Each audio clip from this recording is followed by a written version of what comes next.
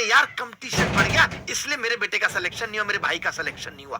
Competition उतना नहीं बढ़ रहा जितना करप्शन बढ़ रहा है। मान लो जो वैकेंसी तुमने बढ़ाई है 4500 5000 बच्चे और इन हो जाते, उनको अपना टैलेंट दिखाने का और मौका मिलता। लेकिन नहीं, ये तो सिस्टम में कोई खराबी नहीं है कि इनको कोई काम ठीक से करना ही नहीं है। इसी बात को बोल दो तो 50 लोग इनके बचाव में आ जाएंगे। नहीं नहीं, हमारा धंधा चलने दो। सरकारें भी खूब चिल्ला चिल्ला के कहती हैं कि इस बार इतनी वैकेंसी निकालेंगे, इस बार इतनी वैकेंसी निकालेंगे, इस बार इतना रोजगार देंगे। जैसा कि मोदी साहब ने 2014 में कहा था कि 2 करोड़ के हिसाब से रोजगार देंगे।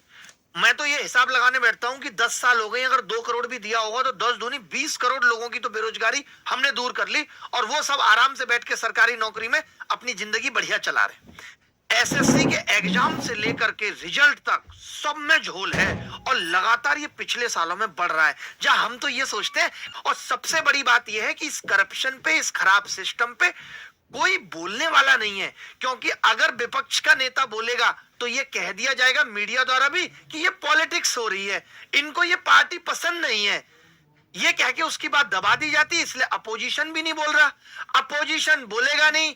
टीचर कम्युनिटी शांत है, कुछ आपकी हो गई।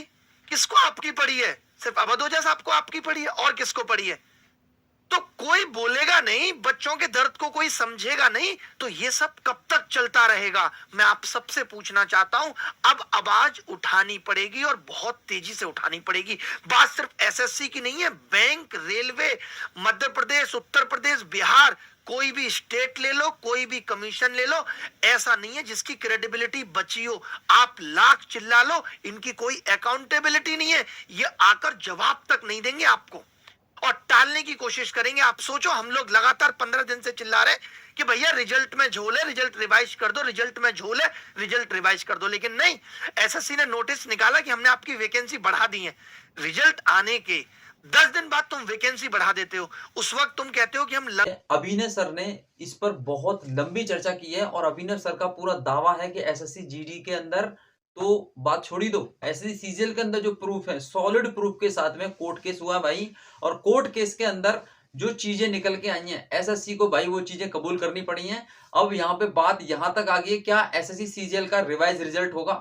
तो बहुत सारे बच्चों के कमेंट्स हैं, बहुत सारे बच्चों का यही सजेशन है कि सर रिवाइज रिजल्ट होना चाहिए। और भाई रिवाइज रिजल्ट होना भी चाहिए, क्यों नहीं होना चाहिए?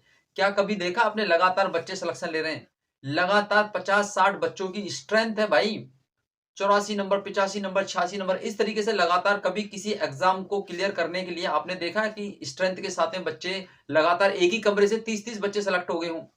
तो भाई देखो स्कैम हुआ है, बहुत भारी तादाद में स्कैम हुआ है।